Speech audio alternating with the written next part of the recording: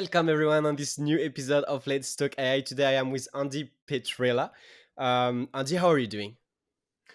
Pretty cool, pretty nicely. Actually, I was craving for this event with you to happen, so I'm super happy to be here, especially after a daunting week in the Data Breaks Summit.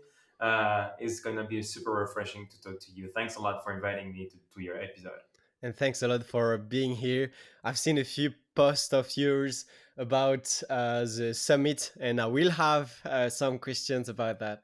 Uh, Okay, I'll ask you first question. Databricks or Snowflake? No, this is a joke. So first of all, War. maybe so that people can know you a little bit better. Could you describe yourself in a few sentences? Who am I?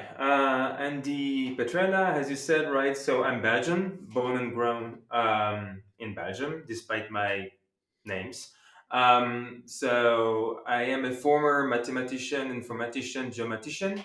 Yeah, pick your preference. Geomatician was interesting because that gave me the opportunity to work a lot in geospatial data. So very late 90s, early in the 2000s. And back then, this is where there was a lot of data already because each image, satellite image was already big in itself, right? So I was already in a huge data set before the era of big data, which I have, how to say, encountered, let's say, in the early 2010. But in my years in geomatics, what I have done is mainly working with governments on this satellite and vector data until I found out that there were some great open source tools out there. Big data was becoming hot, right? So, and I picked one of the technologies that was interesting to me. Then it was this technology that a few people know, Apache Spark. So very early, I had to download it, compile it, and then use it on the console because I was at some point pissed working in the console. I created something called the Spark Notebook, which became very popular and became very popular so that actually I used to work in the Valley for a few years, training actually Spark developers. And after a few years doing this, I started a company called Kensu, in which I am now still the owner and the chief product officer, working on a data observability platform for for data engineers and data teams out there. That's inspiring. That's inspiring, and that also uh, means that I have so many things to ask you about each part of your journey. So I was really looking forward to this episode to discuss some key moments of your journey in the data field. Mhm. Um, it is very interesting that you've been working with Spark since the beginning, and your journey in the Valley with Spark Notebook is for sure something I would like to discuss. Maybe to follow up on this retrospective. Yeah. What are your goals today, and what are you trying to achieve with Kensu?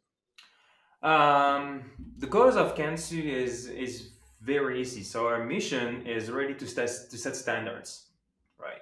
So data observability is a hot topic. It's also quite misleading. The word in itself is used for different stuff. Different companies are proposing something different from each other. So it's becoming a little bit cumbersome at some point to understand really what data observability is and can do for data teams, right? So in Kensu, our mission is to make sure that first we are one of the pioneers and we are establishing our reputation in that sense, which gives us the opportunity to set standards um, in two different areas. First, to help the whole data ecosystem to become data observable. So this is one of the component of data observability. There is a really an ecosystemic piece there. So all the different companies and tools must become data observable, and there is a platform which is our second mission and our vision, that is there in order to ensure data teams to always trust what they deliver.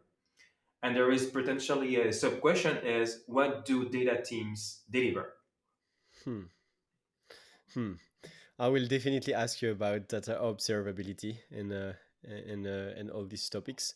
And you've mentioned your career. You've mentioned key moments of your career and and your journey. But maybe if we could do this brief retrospective of Hmm. the key moments, even though you've went through some very fast, Yeah. I would love to hear about that. Yeah. One key moment. So I have three phases, right? So the GIS, right? Just spatial information systems. Mm-hmm. Then big data, big AI, whatever, with Spark and the Spark notebook, and after Kensu. So there was always a moment where I switched from one to the other. Um, so when I was in just spatial, what was very interesting is so there are two components. First, I was working with a lot of data, but with proprietary systems, right? Which was they were actually pretty interesting to work on, but we cannot really talk about them. And it was they were also quite aging over time, right? So we were on the JVM working with things like Terracotta. I don't even know if this thing is still existing. So that's something that can actually create a one JVM across multiple machines and stuff like that in order to really handle a lot of data in memory, which is somehow what Spark has done differently afterwards. And actually, I was seeing that we were reaching somehow end of something, right? So I had to look beyond that. So that's one thing. So that triggered me. Okay, we are reaching in the end of something. Something has will happen for sure. We have learned so much. So what it is. The second thing is that will help me later on is because I have worked in GIS and geospatial and stuff like that. As I said, I've been working a lot with defense government, right? Sharing a lot of private and sensitive information across countries, boundaries, etc., across languages, right? Across how to say habits and philosophy even between countries, right? And this actually helped me understanding what data governance is for, right? I mean, not everything, but there are a few pieces that actually help me really understand some areas of data governance and its impact on a large ecosystem such as the geospatial world. So that was interesting because geospatial information is something that is taken on the Earth, but the Earth itself is broken down in pieces Hmm. with languages, etc. Right? But it's still the Earth. It's still one thing, right? People need information across boundaries in order to do their work, right? It's not because France and Belgium are actually really well delimited, right? That someone in the boundary of France doesn't need information from Belgium in order to do their work, right? The Earth is still one piece. So therefore, I learned a lot about communication, about data, metadata. It was a very hot topic right back then, semantic data analysis, right, in order to understand what a Italian person is asking to a English person who needs some data coming from Netherlands, right? So how to really make sure that we are addressing the right question with the right answers. So these are all plenty of questions that were driving my daily work, right, which helped me later on. So because these two things were competing at some point, um, I decided to look around. So not look anymore into my own system in just spatial only that was very well standardized over time, etc. It's like a silo on the in the technology ecosystems. I decided to look outside of the box, if I may say. And this is where I've discovered Spark, so I've been to a lot of meetups, right? Trying to understand first, what is big data. Over time, I, discovered that big data was nothing but just distributed computing, right? Okay, fine. So what are the technologies that I can use without money?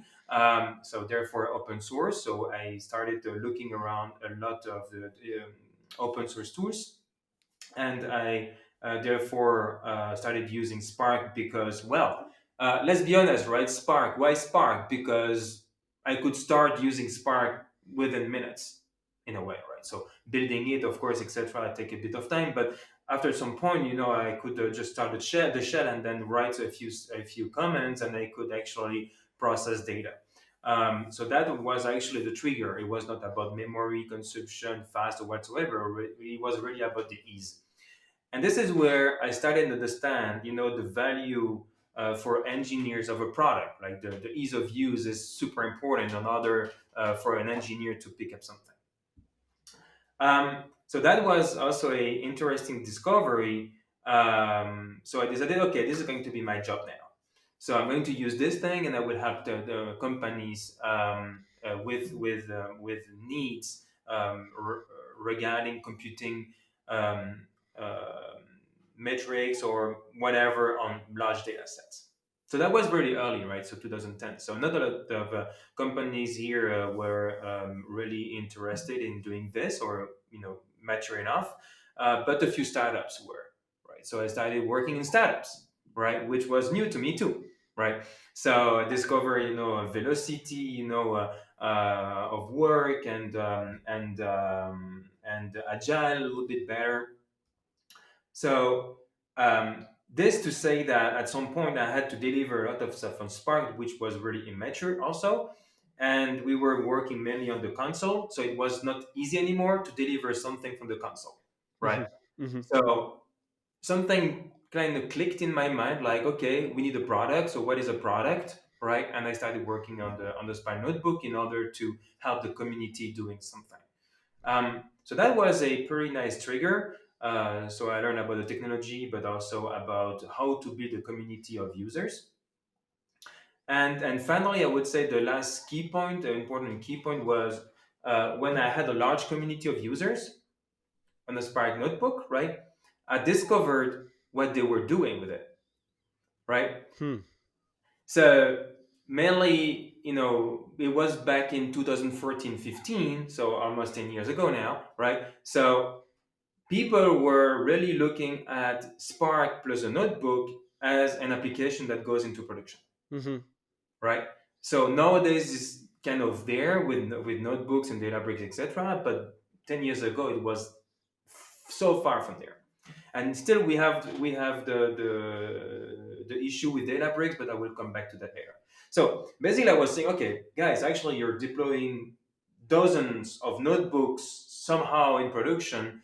Um, there is no test, there is no logs, there is no versioning, there is no packaging, there is nothing, right? Mhm. Mhm. So this is not going to happen, right? So basically, you're deploying something, right, in production, delivering values one way or another, but you have basically no visibility on it, right? And this is kind of a trigger for me, because first I discovered that there was no governance whatsoever, technical, IT, and data governance. Right. So I looked around what we could do, and this is what actually stimulated my reflection around, okay, what exists in one word, let's say the technical non-data environment, and what can be transferred into the data environment. And this is where I started thinking about another product, right? Which is nowadays Kensu. Hmm. Wow. That that retrospective is awesome. And I think the first thing that I would like to ask is, what is Spark Notebook? Could we say Spark Notebook is the father of Databricks? Hmm.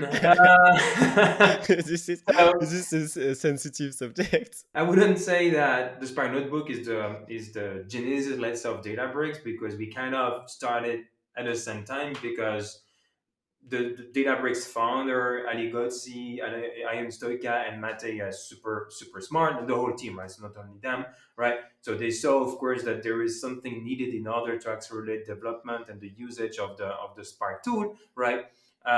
The thing is that they were building a company.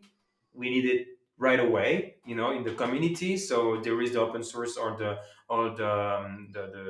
company, the startup fashion, right? Um, just to mention, the Databricks initially didn't deliver the notebook in a community edition, so it was closed, right? So no one could really access them unless you were, a potential prospect, a customer. But the Spark community was still building, right? So I would say that we have discovered pretty much the same need at the same time, right? And we have taken different paths. The thing is that I didn't create a startup on the Spark notebook itself, right? Because at the end of the day, it's more infrastructure and web development. And I'm not a sysops, not a web developer. I'm a data miner, data engineer, right? I knew that this was not something that I would spend 20 years on, for instance, right? Hmm. So that's why I started that way. For instance, also the Spy Notebook was a kind of a fork of Jupyter, right? A Spark on Jupyter with a dedicated interface for Spark, with a dedicated kernel and stuff like that, right? So I knew also that I wouldn't add Python or any other languages. So therefore, Jupyter, IPython before, actually it was not called Jupyter yet, IPython will actually stay out there and create a huge community that I don't want to compete with. So it's not a genesis, right? So we started at the same time, but different fashion in a way. Hmm. Well, thanks you. I wanted to make this fun question, but it is really interesting to see that um, both of both of the vision were created at the same time around Spark, and very interesting to see how you've taken different paths. So you've been mentioning data governance and observability, and it is very funny how you mentioned that people in the time were deploying things in production with no visibility, no um, lineage. I'm not sure I'm pronouncing that correctly, but like tracking versions and monitoring everything. So you're the author of two O'Reilly's book that have been published, if that's correct.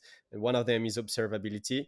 The other is about data governance. That's correct. Yeah, two reports. Yes.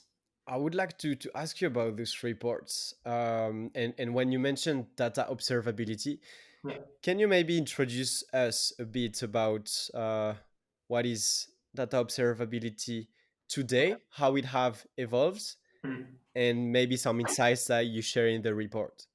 Yeah. Okay. Um, so there are three pieces, right? So there is what is data governance, what is data observability. I have written what is data governance in 2020. I believe it was around COVID. 2021, I believe, what is data observability, and this year I have finished the fundamentals of data observability at the rally. So it's going to be published in September. Um, so how it evolved, right? So I have started thinking about what we do in data observability around 2015, right? Okay. So when I discovered this, okay, there is something needed, right? So I always have this in mind. I want people to trust what they deliver, right? Hmm. A data team, what they deliver. But I'm going to ask you a quick question first. So what do data team deliver? This is a question for me.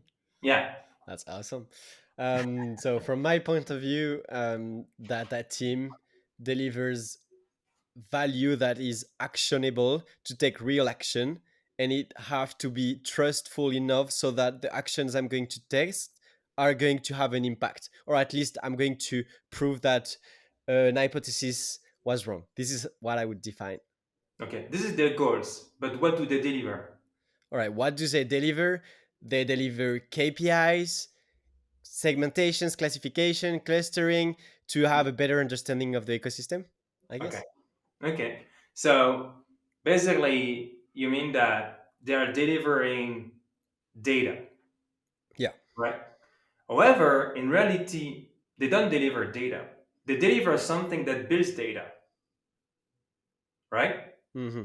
So you don't create data by hand. You don't create a model by hand. You don't create the data source, the data in Delta Table, Snowflake, MySQL, whatever, manually. Hmm.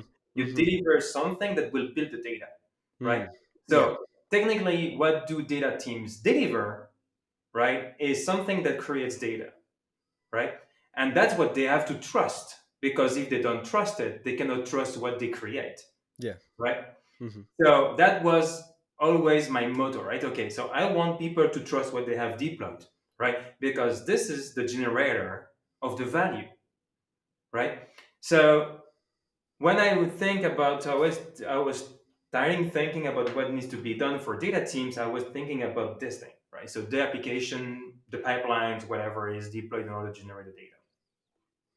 And I started looking at what happens in IT. So I transferred it into data, and I was actually calling this data activity management. How do we manage data activities? Because an application performs data activity, right? Um, and therefore, so the first definition that I had about data activity management that became data observability over time, and I think it's a very great name, but anyway, it's really managing data activities, right?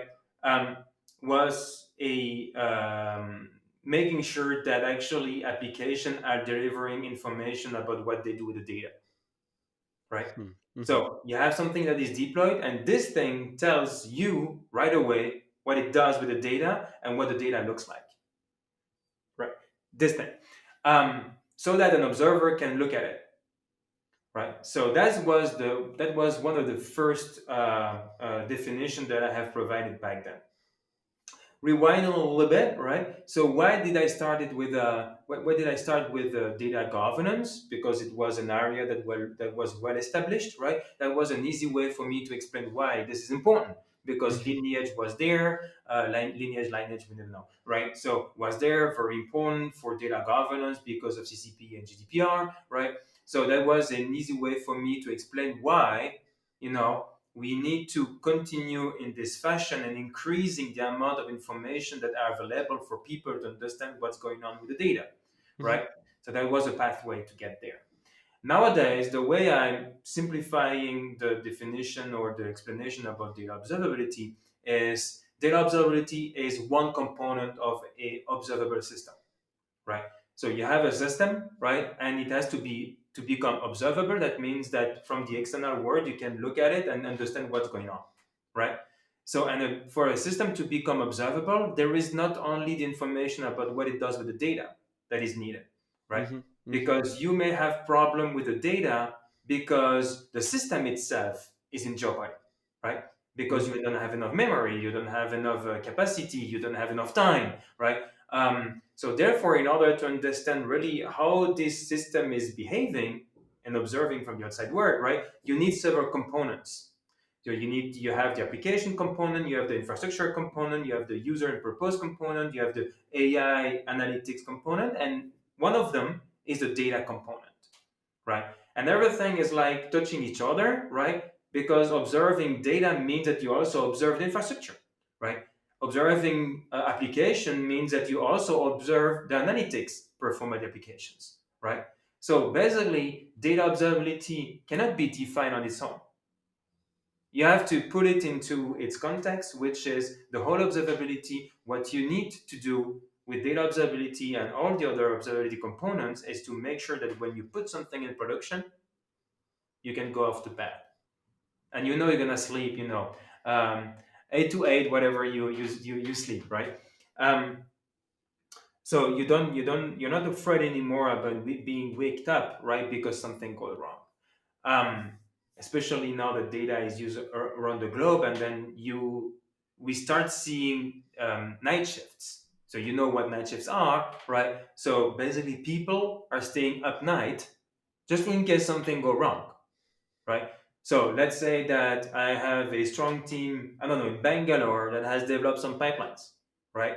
So these pipelines will be used, I don't know, by someone in Canada, right? But I don't know, 7 years, 7 hours, 10 hours after, whatever, right? So basically they will be sleeping, right? But if this team doesn't have anything that explains how the application work, right? They have to support the other team in Canada when something goes wrong. So therefore, they have to be up all night, and we have to ask the data team itself to stay up night. Why? Because they cannot tell anybody else how to manage this thing, how to monitor it, and how to handle the different problems, because there is no information produced by the application automatically, right? Mm-hmm. So that's the piece that I wanted to solve, and that's the piece that data observability helps solving.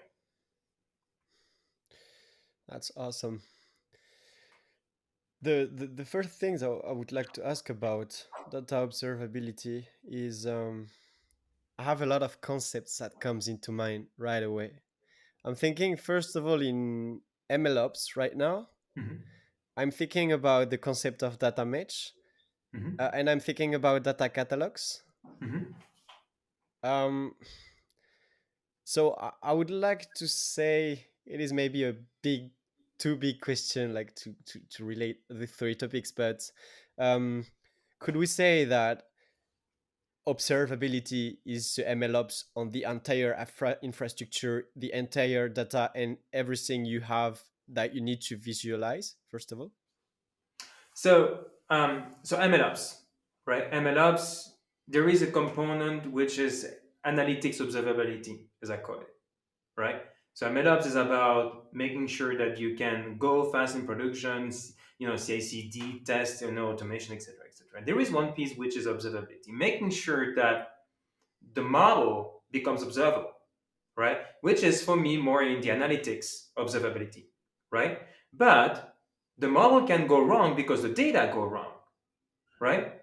And Hmm. therefore, you cannot actually observe the model, and making sense of the observation if you cannot relate this to some data observability, Hmm. right? Yes. So you need both information. Otherwise, you're limiting your context to only, oh, okay, my accuracy go down. So what? Okay, what do I do now? Right? It's not only visualize, but it's analyzing, right? Hmm. So an observer is actually someone that has enough information at hand to take decisions, Hmm. right? Yes, and this might be perfect to this further transition to data catalog. And you are right to specify that MLOps, one part of it is this aspect of observability, but it have more things into it. Now speaking about data catalogs, so let's say I have data governance and I have tools that can allow me to understand what's be like the historic of the tables, the historic of the data, and all of this. Mhm. So would the next step be that I go into a data catalog to understand, or like how do you relate data catalog to observability? Okay. So catalogs, there is a long history for data catalogs, right? So I was working in data catalogs. The semantic part that I was working on, you know, almost 20 years ago now, is it was, yeah, a data catalog. So it's worth mentioning that in just spatial, a data catalog is standardized, right? So there is standards for everything, right? So the API, the queries, whatever you have to do, the metadata are standardized, right? So and then this has been the case for 35 years, right? Even then, it's still a mess, Hmm. right? Everything is standardized, but it's still a mess, right? Because there is something that has always been missing in any or most of the catalogs, let's say at least, right? Is the data usage context. So Hmm. we tell about the information, the metadata, so what the data is, but what the data is used for, as how it has been produced, for what reason, etc., has always been missing, right? Hmm. So that's the piece where data observability helps data governance with data catalogs. Data governance is not equal to data catalog, but helps data catalog improving the whole governance and the whole understanding and lever and smoothen the way data can be used internally by also providing what I call the context. Right, the context is what I was talking about, right? So where the data is being used, why, how often, how often, so how often in terms of different applications, different purposes, right? What are the different subset of the data that are used, etc., etc. So this is the context, right? That has to be shared with data catalogs in order to not only allow people to look around and find customer data, right? But look around and find segmentation, efficient customer data, right? So you don't look for customer data that are used for invoicing. You look for customer information that allow you to segment your users. which is beyond, of course, invoicing. It's going to be a user journey in the website. It's going to be behavior. It's going to be a biometry, depending where you are, right? So these are the different components that will be more and more embraced by data catalogs in order to become a, let's say, data usage catalog. And this is where I see the relationship with data mesh, because over time we may have a data catalog and a data product catalog, right? So a data as a product or data product catalog. So therefore, um, if we know what data mesh is or proposes, right, we know that a data mesh, a data product catalog will not only tell you what the data is, right, but also what's its current status, where it has been used, how it has been built, etc., because it's a product, right? Hmm. So, and if we want to have this at scale, right, we need to be able to have this kind of information around the context automatized. It needs to be provided by the thing that builds the data, Hmm. right? Hmm. And that's what I call data observable, because you automatize, you provide information, so you don't need someone to actually go somewhere and write documentation or write, hard code stuff somewhere that, okay, we use this data, we use this field, we have consumed so much data in general, etc., right? So this needs to be automatized. Otherwise, you always rely on people to build more and more product, right? Therefore, you need more and more people too, right? So in order to have something sustainable, you need to automate these things that are, cumbersome, uh, with value, right? But people can generate much more value than actually write documentation and control things over time. Hmm. Does it make sense to you? Yeah, it makes total sense. And I wanted to map those concepts to that observability and uh, and I see their place. Um, I think that my next question to you, and you mentioned scalability, and this is funny because you just assisted, you were present at the AI summit if, Yeah. of Databricks. Data and AI summit. Yeah. So my question is, you've mentioned scalability, and you've been to this summit. So I would like to ask you first of all, how was the summit? I mean, not in a deep way, but how was it? Maybe some key things, and Mhm. maybe how does those projects, maybe more focused on Databricks or Snowflake, or maybe how you compare, but how does those products relate to data observability and scaling? Yeah.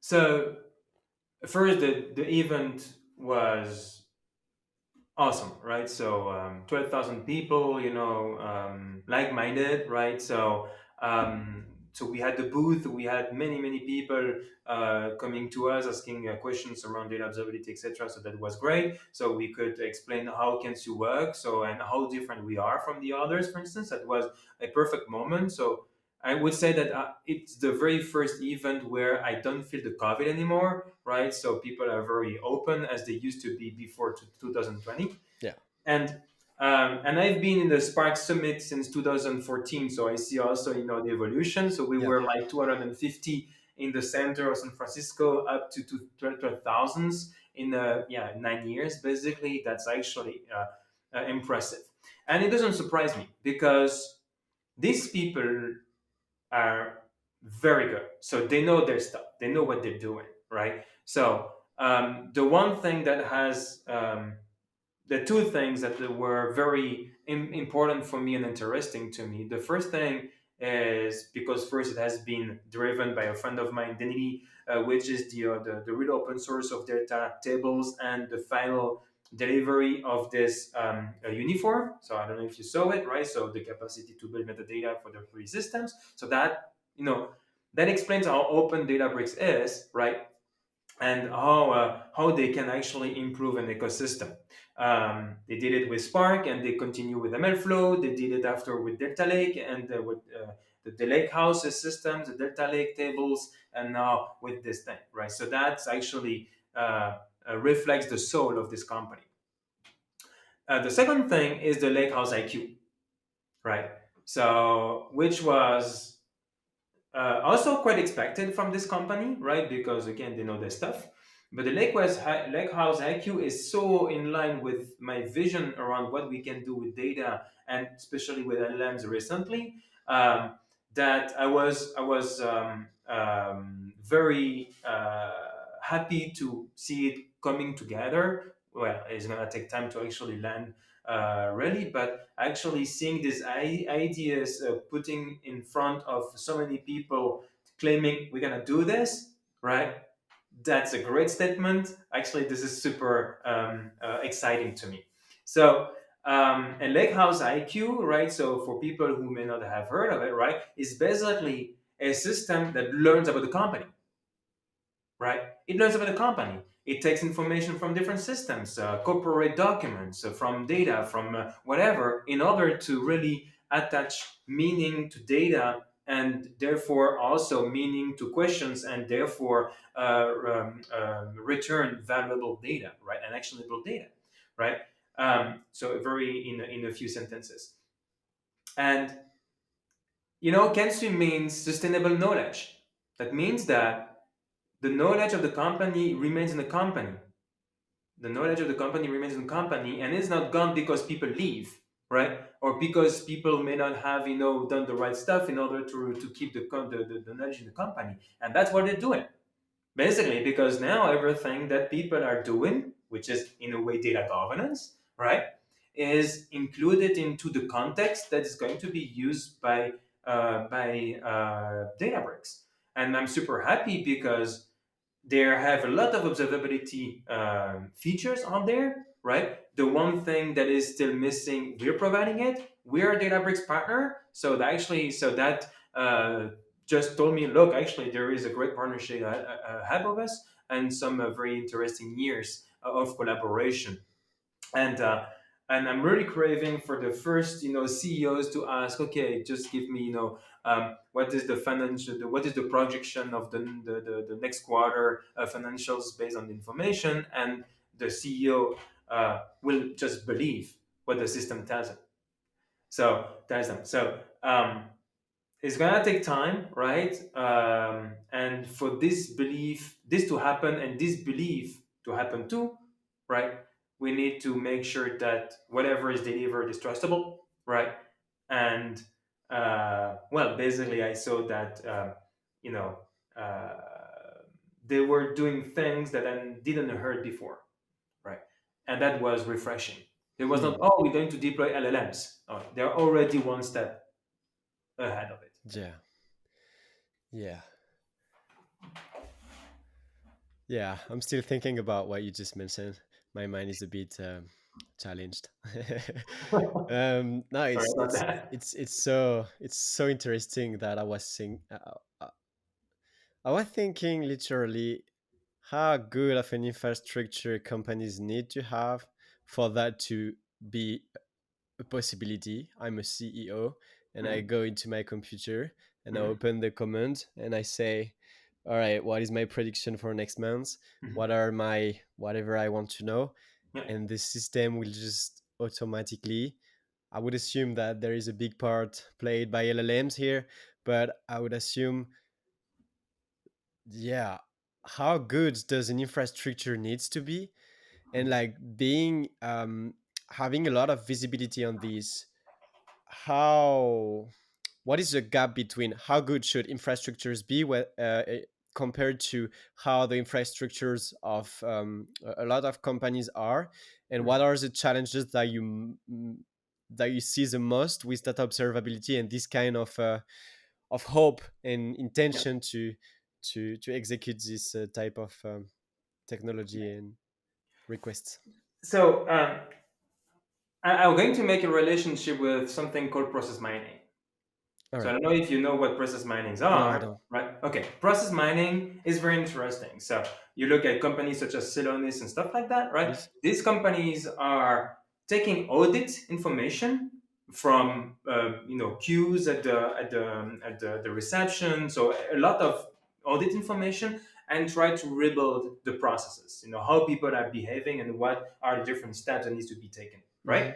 So That means that by having enough information around some path, right, you can kind of rebuild it without having anything that tells you that this path is actually the one, right?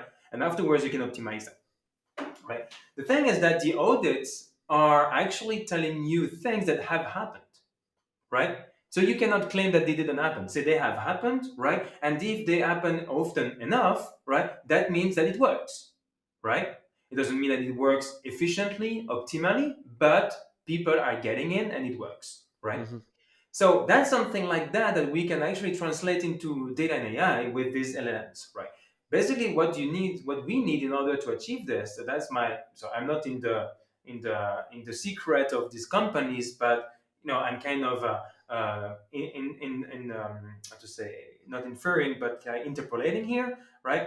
So what we need to do is to track what is done with the data, right? So if you have data teams that deploy some prediction about forecasts, etc., and the report that is built on it, right, I use very often, and you have information about actions being taken, and you know which actions were taken, and you know that the same action is very often taken, etc.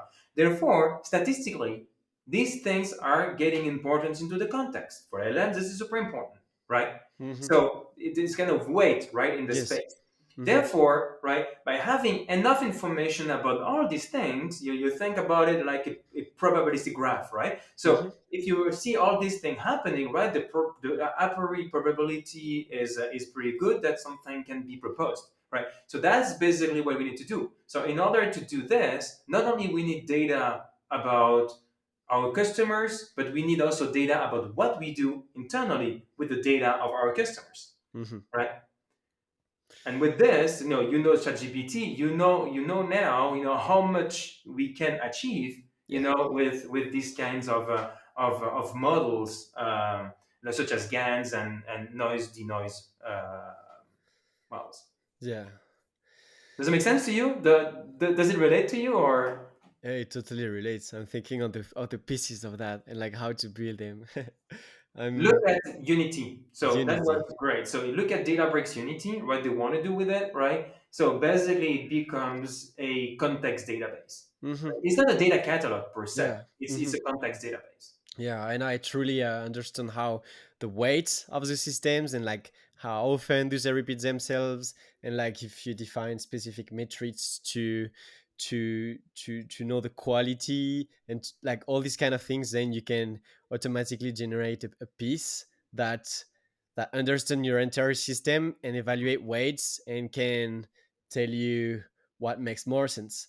Two Yeah, the question. quality is a big piece, right? So maybe I can interrupt you just real Yes. quick on the quality, right? Um, the quality. So we talk a lot about data quality, right? So Yeah. which is something that is very hard to achieve, right? 100%, right? So here, so I'm thinking about data quality like statistical modeling, right? Yes. And context aware, machine learning, right? As machine learning, right? Yeah. Hmm. So data quality, so something like data observability and stuff like that, right? So basically, when you have enough information, enough patterns, enough let's say correlation or actions that are correlated to others, etc., right? And you know what are the outcomes of each action, right? Then you can see if there are outliers or not, right? It Yeah. doesn't mean that you shouldn't be doing any data quality, right? Yeah. But it means that if with everybody in a company that uses data, right? Imagine how often, and how much information you have about how the data is behaving and how the data is being used, etc. Right? With this amount of information, it's going to be much easier to detect, statistically, when something is actually off track, Hmm. right? Instead of applying and asking, okay, define your KPIs, your business queries, your business, et cetera, et cetera, because I'm going to tell you what, right? People just don't know, and even AI will not know, because actually AI, at this point, right, requires uh, a lot of information to be able to predict that. And guess what? What needs AI in order to predict that is the context. So this is exactly what we're talking about. So Without this information, we cannot actually leverage AI for data quality checking, let's say. Hmm. That's super interesting. Um, I would like to ask you about Delta Lake. Yeah. How does Delta Lakes fits in? Maybe if you can do, yeah, a brief explication of Delta Lakes and how important Delta Lakes are. Because one of the question I will do after that is like, at what point of my company can I start thinking data observability? I mean, I would assume that you think from the start, but for you to be able to apply it, you need to have a certain amount of pipelines, data, and maybe you have maybe like market fit, or I don't know. But this is a question for one step further. But maybe can we talk about Delta Yes. Lake? So, data lake or lake house, right? Yeah. So there are two questions, like so data lake, lake house, and the future of a lake house, right? Let's say the future of data somehow, right? And on the other side is when do we start data observability, right? Which there are two sub questions, Yes. two sub answers also there. So first, lake house. So lake house is it's a replacement for data warehouse where you model everything. So you take just okay, give me the data, and then you process in several stages until you provide some serving ready data, whatever it's fast or database. Okay. So um, currently and for the 5 to 15 years, I know the range is pretty big, but it's hard for me to really have a better gut feeling than that. I believe that it still makes sense, right? But data is becoming more and more everything, right? So especially if we start applying LLMs and stuff like that, right? So therefore, for me, over time, right, I don't see why we have two different systems. One for the operation, for the business, etc., and then we have another system that takes this out, right, and then start doing the data stuff, right?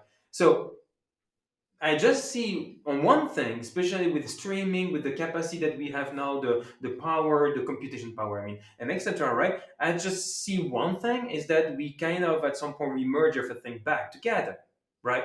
Is that the lake house is no longer needed, right? Because we have the power and we have actually the data mindset already embedded into the business applications, especially if you apply something like data mesh, right? So therefore, what is the need of something like that if data analytics and data transactional are actually nothing but somehow the same thing, right? Hmm. I'm not saying that it's going to be, very soon, right? But what's the point of that, Hmm. right? So the point is we cannot actually do analytics directly on the operational database because otherwise we're going to put them down, right? Or we want to be able to clean them, etc., right? But if these databases are already serving data products, right? Therefore, we shouldn't actually think about cleaning the data afterwards. They should have been cleaned already there, right? Hmm. So why do we actually decouple things? So that's actually my vision. That probably, yeah. So let's say average 10 years, right? And Hmm. things go fast, maybe five. Um, So so I don't know if that makes sense to you. So yeah, basically, you have only one system. yeah. Just to before you go on the second point, to make sure I understand correctly. So we had the data warehouse where we had like all the operational data and everything. Then we went from the Delta Lake where we can have all kind of data that arrives there. We have then the concept of Delta Lake that arrives. So to me, it's different. But maybe if you have like some keynotes about how different, like what are the differences between the lake house and the Delta Lake. But if I understand, what you're saying is that in 10, 15 years there will be new concepts that get everything and get values out of all this kind of storage, right? Yeah, so okay, maybe I can rewind a little bit. So the thing is that nowadays there is OLTP and OLAP, and Yep. this has been the case forever, right? So Mm-hmm. for years, right? So we have the transactional database. It can be Snowflake, it can be whatever. So where the source are. So this is where SAP is, where Snowflake are, etc., etc. Right? So these are the transactional, the business world, and then there is the OLAP, which is Lakehouse, Snowflake, whatever. And what I mean is, so Delta Lake is just, you have the bronze, etc., right? Bronze, silver, gold, right? So there is a delta. So you migrate the data from one set to the other because you clean, because you refine, and then finally you build the final model that can be served, right, efficiently, right, for data products. Thing is, these data products, right, Yeah. are business applications. So they should somehow be part of the LTP, right? But we rely on OLAP for this, right? So there is a long chain of duplication, processing, etc., where we are deploying something there, right? Where the data is not refined, apparently, because we have to refine it. So this doesn't make sense anymore when data is becoming one of the source of competition and business, decision being taken upon, right? So I mean that, okay, Delta Lake, Lakehouse, Snowflake, data warehouse, all these things are great, right? But I believe that they will be merged back in, some either the different applications out there, SAP, SIS, whatever, right? So they will be able to compute internally, or the application that will be built on top of it will have already some of the components that are in the OLAP nowadays. Okay. That's what I mean there. Okay. Uh, Okay. and yeah, they may not disappear, but they will be embedded, let's All say. right. I see. Okay, awesome. And so regarding the second point that you mentioned about like at what point can I apply data observability? Uh, and I mean, I would assume that we need to have it in mind, but like from what you've seen with your clients and your own perspective, like how mature a company needs to be to apply data observability? So um, the question actually hides other questions, right? Or other ideas, right? So at what point do we need to apply data observability? Means that applying data observability is hard, right? Because if it's easy, why would you wait, right? So just a moment on that. So at what point, right, do you start adding logs into your application? So I this is would a say, question for you, yeah, yeah, yeah. I mean, an application, I would say at the beginning, right at the beginning. right? Data observability is nothing but actually logging specific stuff about what you do, right? So actually, the patterns, the habits, and everything that is related to making your applications data observable, right, is right away. It doesn't mean that because you have adding a few lines of logs that you have acquired Datadog, Splunk, Elastic, or Prometheus, right? Hmm. So it's only when, okay, I'm going to put these things in production, and okay, so now I need to have a system because I have more than two people in my team, and I need to do this and I need to do that, etc. Then you start thinking, okay, now I need a platform in order to aggregate all this information so that I'm not the bottleneck anymore for the company, etc., right? This is the point where you need a data observability platform, right? But Yeah, when you start data observability, is right now. yeah. Actually, in a way, you have already started, right? Hmm. But the platform requires, it's like that. That's normal, right? So it requires some of these underlying, how to say, inefficiencies, let's say, or pain points to show up. So that, okay, now it's enough. I cannot log in the machine anymore and watch at log files and grab and send and whatever, right? So that's Yeah. over now. So I cannot do this because I have to explain this to Laura, my coworker, to do the same thing as I do. You know, so that's not possible anymore. So that's where actually you think about adding something that will aggregate information, right, first, and Hmm. actually help you figure out faster where the problem may be. Not only you because you know that, but also other people, right? Yes. So coming back to the notion of this story with the Bangalore team and the Canadian user, we can reverse. It doesn't matter. But actually, we want the Bangalore team to actually sleep overnight, right? Because they have made their the application data observable, and there is a team, I don't know, in Belgium, right, that has to just use the data diversity platform to understand what's going on and potentially help in the first service level 1 and 2 when there is a problem with the Canadian team, right, Hmm. or some team in the US, right?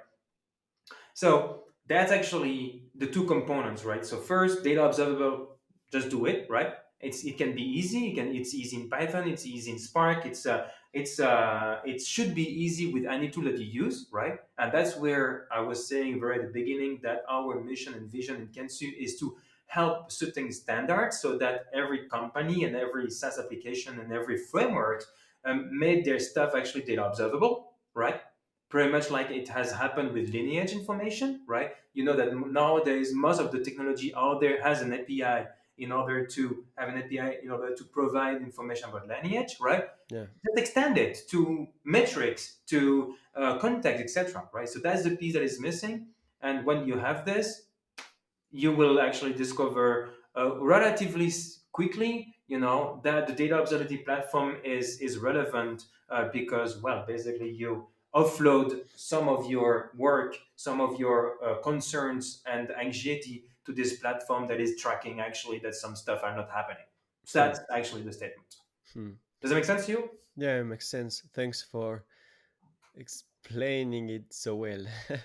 I was thinking something you said right at the beginning. You mentioned testing. Hmm. So let's say we're speaking about an application. Um, what do you what do you recommend people in terms of prioritizing? Let's say I haven't reached market fit. Let's say I'm building new features. We're on this going for it. We're building new features, but we're also generating logs and trying to install this. But like, how do you prioritize both?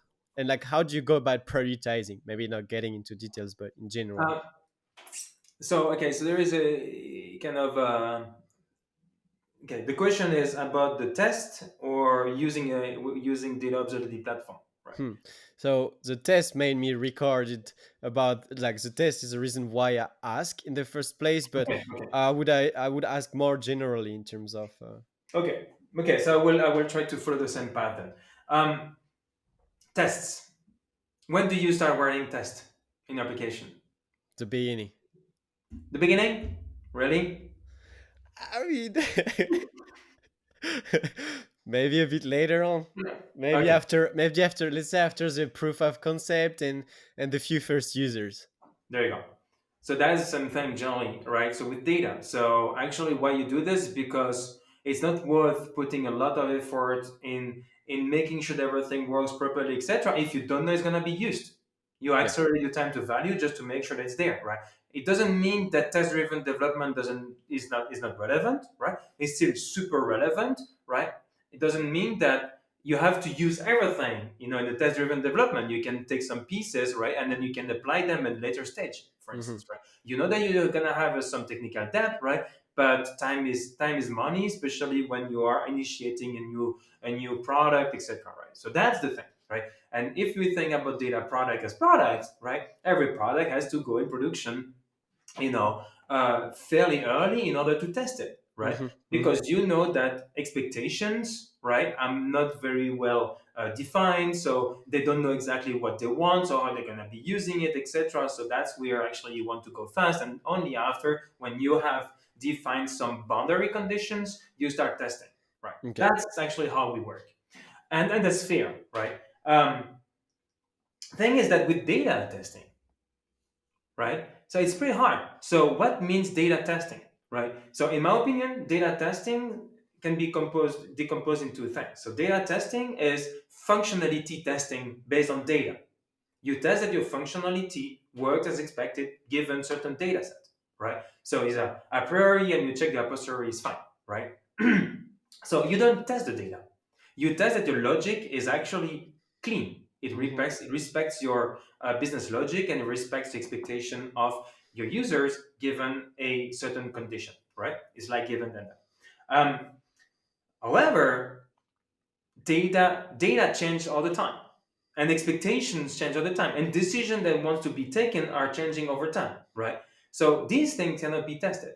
You cannot test something you have not seen, right? Or you have to test everything, right? So there is something in the middle, right? That I that we can also introduce later on, right? So I came with the idea of data observability development, pretty much like test-driven development. I don't mean that we need to apply data observability driven development, that I still had to define properly, by the way, like full concept, like you don't deploy anything if you don't have data observability that has driven development, right? But there are some components that are interesting, right? First, create a bunch of logs, right? That allow you to do one thing first, as soon as you can, right? It doesn't mean at the beginning. Test in production, right? So CI/CD, right? So continuous integration, continuous deployment, right? So if you integrate in the main branch that gets deployed into production, is because you know that your logic is fine. So you tested it, right? It's okay to go to production. You're happy with it. The thing is that you will never be happy with the data because it will change in production. So there is an extension to it that I call continuous validation. So continuous integration, deployment, and then you continuously validate in production what you want to validate, right? And this validation piece is because of the data is changing all the time, right? We can argue that well, infrastructure can change also, etc. That's true, right? But this is fundamental of data, right? So no data will come actually similar, right? So and there is so much dependency with third parties nowadays with data, right? So therefore, you generate a lot of stuff. The few expectations that you have about the data patterns that you expect to have, you actually put them there. Like if you don't expect to have more than 3% of null values, you just put in production that you check that there is no more than 3% of null values, right? If you clean the data because you're removing, a misplaced address or whatever, right? You check that you're not dumping out, I don't know, 55% of the data set, right? So you're not disrupting the data set, but you're cleaning only a portion of it. Things like that. These are your expectations, right? That you can actually accumulate more and more stuff coming from the production behavior, right? Coming from business users, etc. So these are your continuous validation in production, right?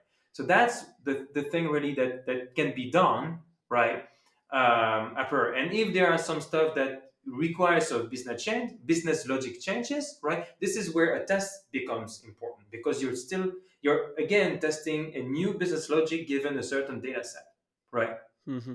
So these are the two components that can be added, right? Mm-hmm. So this was the test part, and related to when you start applying these, right? It's over time, right? So if you have already some ideas, like I just said, right? So I'm cleaning the data, so drop.na, right? So Mm-hmm. drop.na. So I would say that if you do drop.na, you know that the rows that you're dropping is not changing the distribution of the data set. Yeah. Or not much, right? Because you consider them layers of bad data, right? But what if the drop.na changes the distribution of some of your columns, Yeah. right? You want to be aware of this, right? And again, if you want your data set, you have to make sure that your data set is normally distributed to apply, I don't know, ARIMA, right? Whatever, Mm-hmm. right? Mm-hmm. So therefore, you want to test potentially in production, not maybe always, right? But you want to test that your data set looks like a normal distribution. You can apply one of the KL test, etc. Right? So Mm-hmm. these things, right, are additional work that you put in your hands, pretty much like we do logs, right? So the thing is that we just need to have more and more frameworks that ease these things, right? So, okay, just Mm-hmm. give me a test for the anomaly distribution of this value, and validate that it's accurate, right? So that's actually where we're heading over time, right? But you cannot do this. You cannot do any of this if you don't create observations. So if you don't create a number of null values, if you don't tell somewhere how many rows you have deleted, etc., right? You cannot do this. You cannot apply any checks because you don't have the value. Mm-hmm. That's very interesting.